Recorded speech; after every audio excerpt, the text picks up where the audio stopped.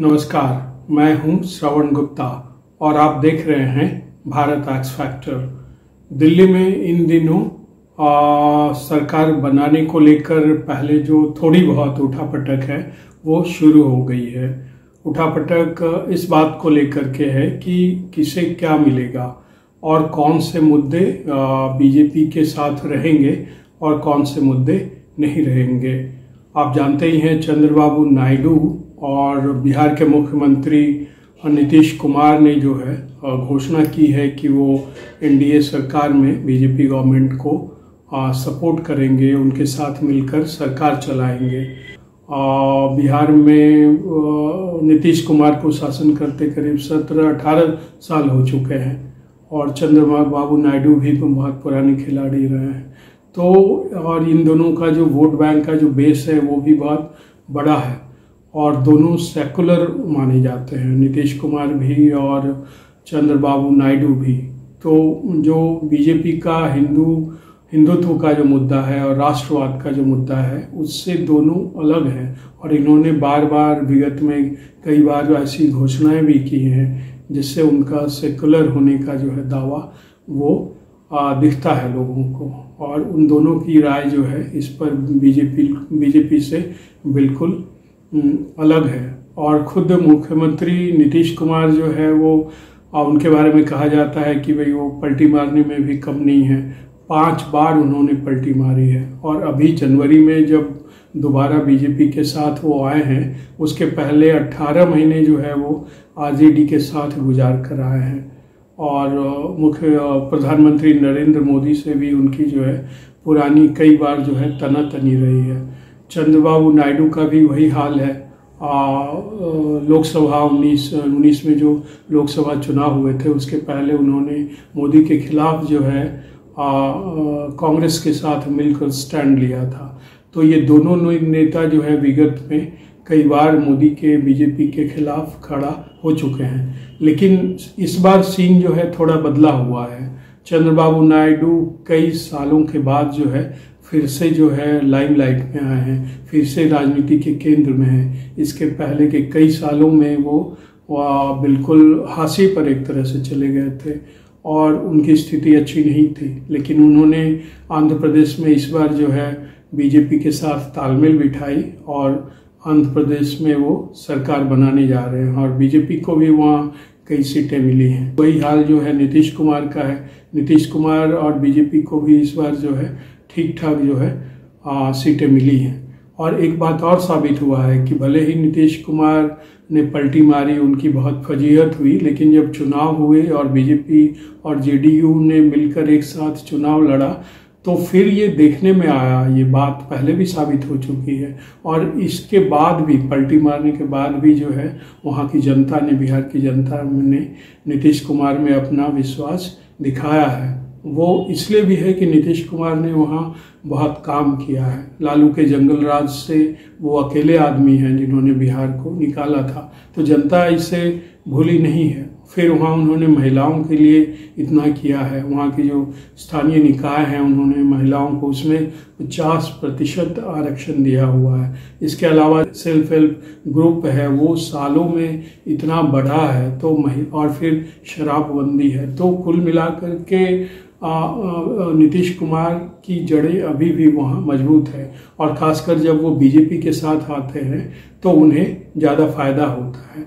और तो ये स्थिति है कि अब जो है जेडीयू की जो मुख्य राजनीति है, मुख्य जो उनका जो मेन फोकस होने वाला है वो बिहार पर होने वाला है। और बीजेपी के लिए एक अच्छी बात ये नहीं रही कि उनके सबसे बड़े कद्दावर नेता, सबसे बड़े नेता बीजेपी के बिहार में सुशील मोदी, उनकी हाल के दिनों में उनका देहांत हो गया। तो बीजेपी में वही एक अकेले नेता थे जिनके बल पे आगे बीजेपी वहाँ अपनी सरकार की और आगे के रास्ते तय करने के बारे में सोच सकती थी। लेकिन अब वो सुशील मोदी नहीं रहे। दूसरी स्थितियाँ अभी ये पैदा हो गई है कि भाई केंद्र में बीजेपी को अपनी सरकार चलानी है और बचानी भी है। तो ऐसे में जैसे ही केसी त्यागी ने ये बयान दिया जेडीयू की तरफ से, अग्निवीर और जाति जनगणना इन पे बात हुई, बयानबाजी हुई, तो इसका रिएक्शन भी देखने को मिला। बीजेपी ने तुरंत बिहार के का जो के नेता हैं, बड़े नेता, उन्होंने साफ कर दिया कि भाई हम अगली बार जो है 25 में जो चुनाव वहाँ होने हैं बिहार में विधानसभा के, उसमें नीतीश कुमार ही जो है हमारे नेता होंगे। तो बीजेपी ने एक तरह से कंसीड कर लिया कि भाई अभी फिलहाल जो है आने वाले सालों में अगले चुनाव में जेडीयू ही वहाँ खिलाड़ी रहने वाली है, नीतीश कुमार ही वहाँ खिलाड़ी रहने वाले हैं। और दूसरी तरफ चंद्रबाबू नायडू हैं, उन्होंने कहा तो अभी कुछ नहीं है और उनका लेकिन एक मुस्लिम आरक्षण है, उस पर उनका स्टैंड जो है बीजेपी से बिल्कुल विपरीत है। वो बयान दे चुके हैं पहले कि वो मुसलमानों को 4% आरक्षण देने के फेवर में है। Muslim reservation will be continue in Andhra? Yes, we will continue that. There is no problem at all. बात सही है कि दोनों मंझे हुए खिलाड़ी हैं और बहुत पुराने खिलाड़ी हैं, नीतीश बाबू भी और चंद्रबाबू नायडू भी।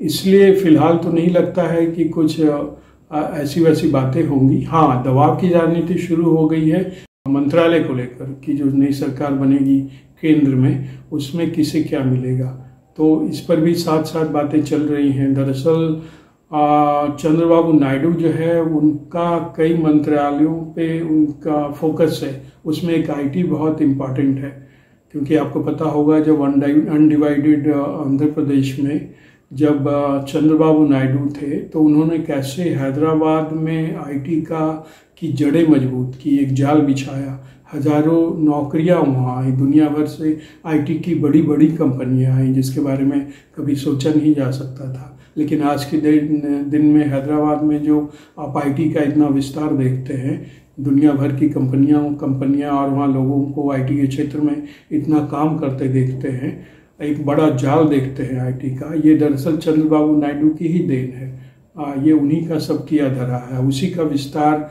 आगे चलकर हुआ है। तो अब जब आंध्र प्रदेश में चंद्रबाबु नायडू की सरकार बनने वाली है तो वो चाहेंगे कि उन्हें आईटी का उनका जो अनुभव है, उनका जो इस क्षेत्र में काम है, उसका वो मैक्सिमम फ़ायदा उठाएं और वहाँ की जनता को ज़्यादा से ज़्यादा फ़ायदा हो हर तरह से। इसलिए आईटी का उन पर फोकस है। दूसरा मंत्रालय जो कहा जा रहा है कि उनकी डिमांड है कि भाई शहरी विकास मंत्रालय, और कहा तो बहुत कुछ जा रहा है, सड़क की भी बात की जा रही है, लेकिन एक दूसरा जो फोकस है चंद्रबाबू नायडू का वो है अमरावती। अब तेलंगाना का कैपिटल जो है हैदराबाद है, सिर्फ हैदराबाद तेलंगाना का कैपिटल है। आंध्र प्रदेश का फिलहाल अभी ऐसी अमरावती की बात थी, लेकिन वाईएसआर ने अमरावती को लगभग जो है छोड़ दिया था। लेकिन अब जो है अमरावती चंद्रबाबू नायडू का ड्रीम प्रोजेक्ट है। वो चाहेंगे कि आंध्र प्रदेश की जो कैपिटल हो अमरावती हो, वो विकसित हो, बहुत बड़ा हो, और उन्होंने जैसा ड्रीम देखा है अमरावती को लेकर के वैसा हो। तो यही वजह है कि वो ऐसे मंत्रालय चाह रहे हैं जिससे उनको अमरावती को सजाने संवारने और उसे मजबूत करने में, आंध्र प्रदेश का एक स्ट्रॉन्ग कैपिटल बनाने में, हर तरह की सुविधाएं और तमाम तरह की मजबूती देने में उन्हें केंद्र से मदद मिली। इसलिए वो ऐसे मंत्रालयों के जुगाड़ में हैं जो उन्हें अमरावती को बनाने में, विकसित करने में केंद्र से मैक्सिमम मदद मिले, और वैसे मंत्रालय वो चाहते हैं जो उन्हें इस काम में मदद कर सके। दूसरा आईटी है, आईटी का उनका पुराना अनुभव है, इसलिए आईटी पर उनका जोर है। और नीतीश कुमार कहा जा रहा है कि रेलवे की मांग कर रहे हैं। वैसे मुझे नहीं लगता है कि नीतीश कुमार का किसी मंत्रालय को लेकर के कोई पसंद या नापसंद हो। हाँ, ये वो जरूर चाहेंगे कि उन्हें बड़े मंत्रालय मिले। अब ये देखना होगा कि 9 जून को जो बात कही जा रही है नरेंद्र मोदी के प्रधानमंत्री के रूप में शपथ लेने की, और फिर उसके पहले या हो सकता है कि तुरंत बाद जो है मंत्रालयों का डिक्लेयर भी कर दिया जाए। तय तो पहले ही हो जाएगा, हो सकता है कि पहले ही हो जाए। तो ये सारी चीज़ें देखने की होगी। तो देखिए अब क्या होता है। तो इस एपिसोड में आज इतना ही। अगले एपिसोड में आपसे फिर होगी मुलाकात। तब तक के लिए हमें आज्ञा दीजिए। नमस्कार।